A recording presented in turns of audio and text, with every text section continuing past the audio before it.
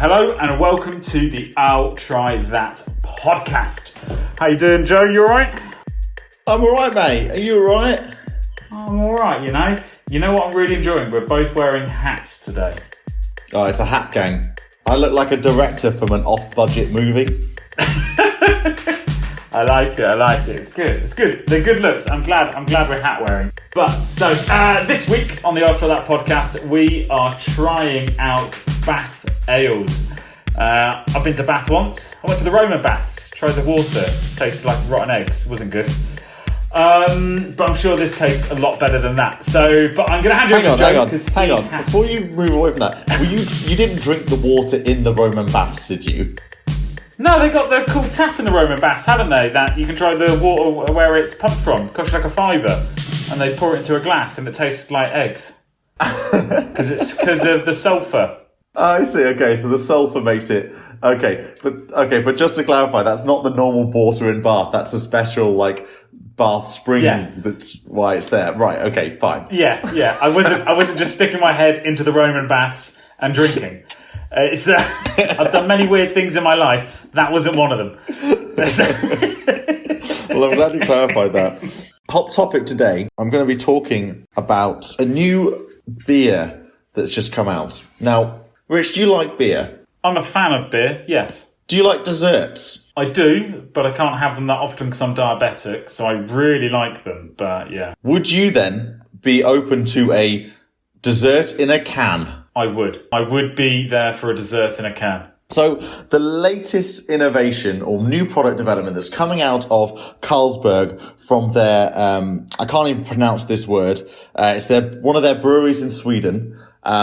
Let me try and name the brewery. Nya Carnegie Bryggerigate. Well, so I was in IKEA, at the weekend, and I was running around. No, it's IKEA, mate. It's IKEA. IKEA, sorry. Yeah. In IKEA, and I was thinking, I absolutely love the way they have not changed the names of their products for different audiences. They've just gone, you know what? This is what it's called, and you guys have got to live with it. And you kind of see men, like husbands with their wives and all of this sort of running around, and they're in like the bit and they go, dear, your wife going, we need to get an ice cream cone, son! And it's some ridiculous name. The Snuggleful King! And they haven't got a clue what it is, but it's just some shelves. Or the Clack Packs! And they're just shelves, that's it. But it's just that's what it reminds me of your description. If I'm honest, I've met a few Swedish people in my time, and I do know they run around shouting the whole time. I'm really sorry. That's not a stereotype I'm trying to put across. That's just the way I was shouting the names in IKEA because I was incredibly stressed. And wanted to tell your story about IKEA and your trip there. IKEA, yeah. So back to dessert in a can and the Swedish brewery underneath the Carlsberg arm. And what they've come up with is Beeramisu, which is a tiramisu tasting beer. Look, you had me at beer and you had me at dessert. But I've gone completely off the idea when you told me tiramisu. The worst dessert. Don't tell me you're not a fan of the most famous Italian treat that is tiramisu. It's awful. Tiramisu is awful. I love tiramisu. No, it's just a bad... They could have picked so many other good desserts, but they went for tiramisu. No, tiramisu's spot on because let's face it, it's a stout, you know. So this is a stout. I will, give you this Beeramisu is a stout. What goes well with stouts, Rich? What kind of flavors and aromas do you get with stouts? You get chocolates go well. You get coffee that goes well with it. And what is tiramisu? It's a coffee-based tasting drink. It's a match made in heaven. No, they should have gone for profiteroles. I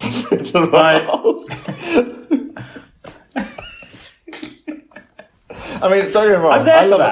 I love me a profiterole as much as the next person, but I think there's something in this tiramisu. I don't think you can quite discount it just because you don't like tiramisu because you're some uneducated and untasted and untravelled, heathen that would rather have a bubblegum ale or something that tastes absolutely vile, no, which you have you've tried already before in the past. Everybody knows my opinion on the bubblegum ale. We were there for that podcast and how angry I got at it. I'm there for You different did and get a bit unusual over beers. the top angry about that beer. Yeah. I'm there for unusual and weird beers and everything like that. I will try them. But tiramisu is the worst dessert, hands down, ever. And people will back me up. I don't think they will. I think everyone's going to look at you and go, Rich, everyone's going to side with me and how great tiramisu is and how great it would pair nicely with a lovely stout. So, and I'll read out why the brewery went on tiramisu. Okay, they're wrong. So I'm quoting here Axel, who is a member of the brewery, the Swedish brewery, and he's saying, "We wanted to brew a beer worthy of its name without going too extreme. Imagining beers through cake recipes wasn't a new thing, and at this point it was all about finding the right cake to brew with. Tiramisu had that mascarpone cream, which fitted neatly into a milk stout, and the rest of the ingredients worked very well with the base." Just from that explanation, from someone who knows what they're talking about making beer, like, this just, it makes sense. Tiramisu with a stout. I will tell you what happened. They had the board, everyone was sitting there, and they were going, right, we need a new beer. And they're all going, oh, we could do this beer, we could do that beer. Somebody in the back put their hand up and went, Beeramisu. Everybody looked at him because Beeramisu is a great name. Fantastic name. Wonderful name. And they just all went, wow, what a name. We've got to build a beer around it. That's it. The only reason is because it is a great name. I will give them that. It's a fantastic name. But that's it. That's the only reason they made Beeramisu, because of how good the name is. So so if this is all just name-led and you think they come up with a name first and then they've worked out the ingredients and the dessert afterwards, what's your profiterole beer called? Well, I haven't got that far yet, but it would be a better beer. Give me 1 minute. I will come up with a name. Profiter Brew? God, it's a good name. It's the best name. Beeramisu. It's such a good name. So good. Off air, Rich and I have been racking our brains for about 10 minutes now, trying to come up with a good other dessert beer pun name, and we just can't top Beeramisu. Beeramisu is just spot on. So if it is true, Rich, what you're saying, that they came up with a name first and they've made the beer around it, I'm actually okay with that, because let's face it, that pun needs to be out there. It needs to be in the world, and it needs to be talked about. I've just evaluated my previous outburst, and because of how good Beeramisu is, I'm going to go 180 on my decision and go, I'm there for it. I'm there for Beeramisu. We tried so hard to come up with a better pudding-based beer name, and we couldn't. Beeramisu is too good. We needed more brain power on this, and actually, you know who's actually very good at this kind of stuff, especially when it's pun-related? Be Barber. We'll see. Maybe he'll come up in the comments with a couple of follow-up dessert beer puns. I tell you what, we will put a pin in this, and we will ask Barber next time we're recording with him. And then we'll circle back to whether or not Beeramisu is a good idea, which unfortunately I think it is. It's the best idea. So this week, the brew we've decided to focus on is Bath Ales. Now, as you can probably imagine from the name, Bath Ales hails from Bath in Somerset. It originally started out in 1995, and they referred to it as a tiny brewery in Wincanton, Somerset. Now, Somerset is, for anyone that doesn't know, or maybe it's, outside the UK, Somerset is most famous for Bath, for Bristol as well, but it's also well known for being quite a farmery, laid-back county, let's say. If we want to stereotype a county, it is quite like, laid back. There's a lot of, farmery kind of like, there's a lot of grains and hops. So it feels like they're a great environment for beer, for producing, because you're going to have a lot of the raw ingredients that's needed to make beer locally produced in the Somerset area. So yeah, Bath Ales was founded by Roger Jones and Richard Dempster. The pair brought on Rab Clark, a local publican, because he was willing to sell their first beer. Okay, so these are two guys who have started the brewery, and then they brought on their first stockist, let's say, the first person who's going to sell their beer for them. Yeah, so Rab Clark was like, yeah, we're going to sell this stuff. And the demand for Bath Gem, which was their first beer, quickly spread through, and the business grew. The brewery brought its own pub, the Hare on the Hill, and moved production to Bristol. So I'm glad that you said there that Bath Gem was their first beer, and sounds like it's their most popular beer. Now, I'm very pleased you said that, because I am drinking a Bath Gem. That's the beer I have to try today. Okay. And what beer are you having? Are you on a Gem as well? No, I'm on the Wild Hare gluten-free pale ale. Oh, interesting. Okay, so you're on an ale. I've got a Gem is an amber ale. It's a 4.8%, and I am really getting the notes of the fact that this is a full-bodied, a multi beer. It's almost like the first tastes were quite like toffee-ish. They're quite toffee-ish. There was actually it was quite reminiscent for me. Although it's an amber ale, it was almost like a brown ale in some respects because they were so deep in flavour. Now, I'm a few sips in now. The smell, the aromas are really kicking in now, and I think what I'm getting is that kind of quite smooth, but it is true that it's a full-bodied and malty ale, even though it is technically an amber ale. Okay, so yeah, I'm trying their pale ale, their gluten-free pale ale. They've really gone to town on the advertising to say this is a gluten-free beer. So you're under no illusion that this is not a gluten. This is a gluten-free beer through and through. Well, you can see it, Joe. I'm just showing you on the camera now. It is literally in bold underneath, right like that. And I think it's the biggest advertising for a gluten-free beer I've seen. Yeah. To make sure you know. It makes sense as well. So the style of these beers across these beers is very similar. It's a lot of bold colour. So Gem, the original premium amber ales, they refer to it, is orange. Your Wild Hare gluten-free pale ale is a green, isn't it? Yeah. There's a Lansdowne, which is a West Coast IPA, which is blue. There's a Prophecy, which is a New World Pale Ale. Again, it'll be interesting to see what that difference is of that one is. And that's kind of like a grey, green, like a mint green colour. There's a Dark Side, which is their stout. And you can probably imagine that is a black colour to start off with. So there is, a consistency through these range where they're using a big hits of colour to help people understand the differences between their beers. And I really enjoy the rabbit. I'm very much a fan of these kind of like, I'm just not so much, it's an abstract bit of art to it, but it's kind of the rabbit jumping across the top. It is an arty rabbit logo, isn't it? So this is the rabbit you're referring to is their logo.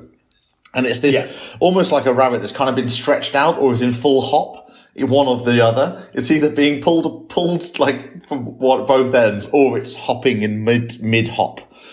But like stretched out. I really hope it's mid hop. I hope it's the latter. I really hope it's mid hop and they've not got it on a stretcher, or it's about to be cooked. But you're right. And the design of this, or the art styling, I would refer to it as the art styling of the rabbit themselves. So the hare, we should probably say, there's probably a hare rather than a rabbit. Given you've got a Wild Hare beer, I reckon that their whole logo is actually a hare.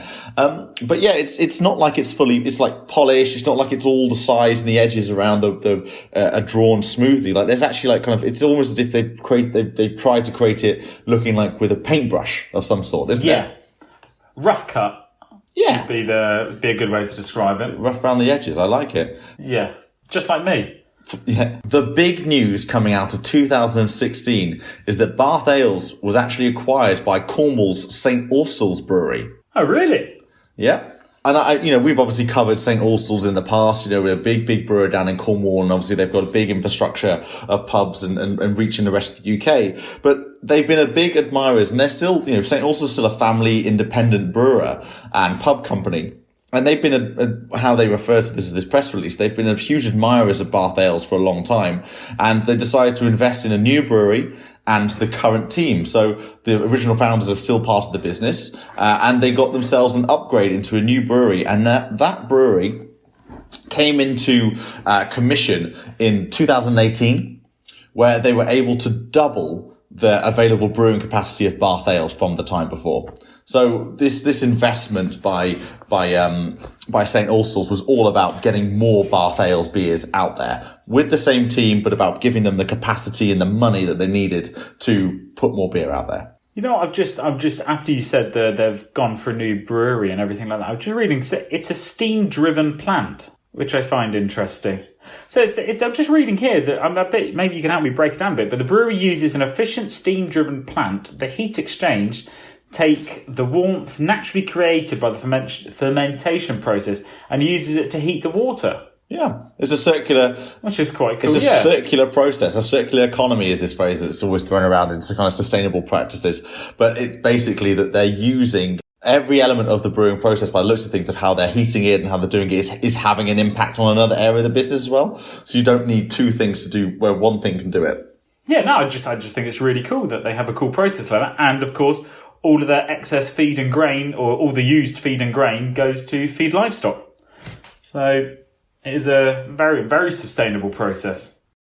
Well, yeah, I mean, it definitely is. I'm glad that they're doing things like that. It's not unusual for brewers to do that. There's a lot of excess made from the brewing process. What I was about to say is I actually heard of a brewery doing it slightly differently, where they're taking from their brewing process the same, excess raw materials that you just talked, which usually go towards livestock. But what they're doing actually is making it into dog biscuits and then selling the dog biscuits on. Oh, really? That's cool. Yeah. I will look up and remember the name of this company, this brewery, but I remember hearing about them recently and thought that was really fascinating, actually, because it's doing something similar, but in a new way, and like a twist, with the excess. No, I like that a lot. So definitely what I'm getting the vibe from Bath Ales is a very rugby-related vibe. So they are the sponsors, the key sponsors, the key beer sponsors of Bath Rugby Club. Now, Bath, very well known for their rugby club in the Premiership, big rugby team, who's, did a lot of work there. And Bath Ales have been supplying, naturally, Bath Rugby, their beers for many years now. And so they're emblazoned across their, across their Instagram is all these rugby players running around, and they're linked towards it. I could see myself drinking one of these at a rugby game, actually. Very much so. I'm really enjoying it. But yeah, I could definitely see myself at a Bath rugby match swigging one of these. Rich, I've told you a bit about how Gem is tasting and what that flavour's like, this amber ale, this quite malty amber ale. So Rich, I'm intrigued to know what this Wild Hare gluten-free pale ale is all about. So I was struggling to find Bath Ales anywhere. Looked at my usual bottle shop. There was nothing there. Went to a few supermarkets, couldn't find it. But I finally found it in Asda, which was the gluten-free pale ale called Wild Hare. And I was always a bit dubious when it comes to something that they're branding quite heavily. Like when you've got the 0% alcoholics, they really push, and you're like, we've been let down by so many so far. And then when they're so heavily going for the gluten-free pale ale and all this sort of stuff, and it was the only one I could find at anything without ordering online. And so I'm pleasantly surprised at how nice it actually is. I was going in, I was going, this is not going to taste great. It's going to be a bit bland, but it's quite bitter, but it's also sharp at the same time. And it's just very quaffable, which is a good word I'm liking at the moment, quaffable. So it's just quite nice to drink, quaff it down. It's actually a yellowy or kind of a golden ale is how they refer to it as. Are you getting the usual kind of like citrusy, almost grapefruit notes that you'd usually get with a golden ale? I'm getting the dryness, but I'm maybe not so much getting the taste. I'm getting the dry mouth feeling after swigging and drinking it, but I'm not getting the kind of the hardcore citrusy flavours coming through. It's interesting you say dry, because they do refer to it as being a dry beer. So that's quite interesting. I never heard someone really refer to it as being a dry beer before. But yeah, and I'm just reading the description. Flavoursome pale ale brewed with English golden hops that are crisp and fresh with a hint of citrus. I can't get the citrus coming through, but I can definitely get the bitterness and the dryness coming through. I'm enjoying it. I couldn't drink lots, but I could definitely have one or two at maybe the start of my night. So I think if you're finding yourself in the Bath Ale, I've just noticed they're doing a big push right now on their Meet the Brewer series. So this is where you're going to go in and you're going to find out how Bath Ale make their beers. You get to meet the brewing team as well, the brewmasters. So I think if you find yourself in the Bristol and the Bath area, which is where this new brewery is in the Bath area, then you should definitely check them out. I think I'm enjoying this. It's they've been around since 1995, but they're definitely not I'd say they're a good tasting, solid, traditional styled beer company. Yes. That's probably the right phrasing, because you're not going to get some crazy double dry hopped IPAs coming out of Bath Ales. You're not going to get any Napers. You're not going to get any bubblegum ales coming out. God. Or Beeramisus coming out of Bath Ales anytime soon. But they are a solid, traditional styled brewery. I think this amber ale by the Gem Amber Ale, if you're a fan of, your more full-bodied multi beers, this is a solid beer to have. Yeah. So what are the numbers? So Instagram, they have 4.5k followers, and Twitter, they've got 16k followers. Okay. So no, they've got a solid-ish following. Yeah, I mean, I love the fact that founders are still part of the business, but they're owned by an independently run family business of St. Austell's. Yeah. Or they've got at least the monetary backing from that company. I think that's really fascinating, actually. And this makes a lot of sense if you're thinking about St. Austell's as a business and the beers that they have and Bath Ales. That seems like a really natural fit, doesn't it, actually? I'm there for it. Give it a go. And that's all we have time for this week's episode of the I'll Try That podcast. And so from me, Joe, Rich, Barber, and Simo. Goodbye. Don't forget to follow us on Instagram, Twitter, I'll try that podcast.com. And watch us on YouTube. Goodbye now.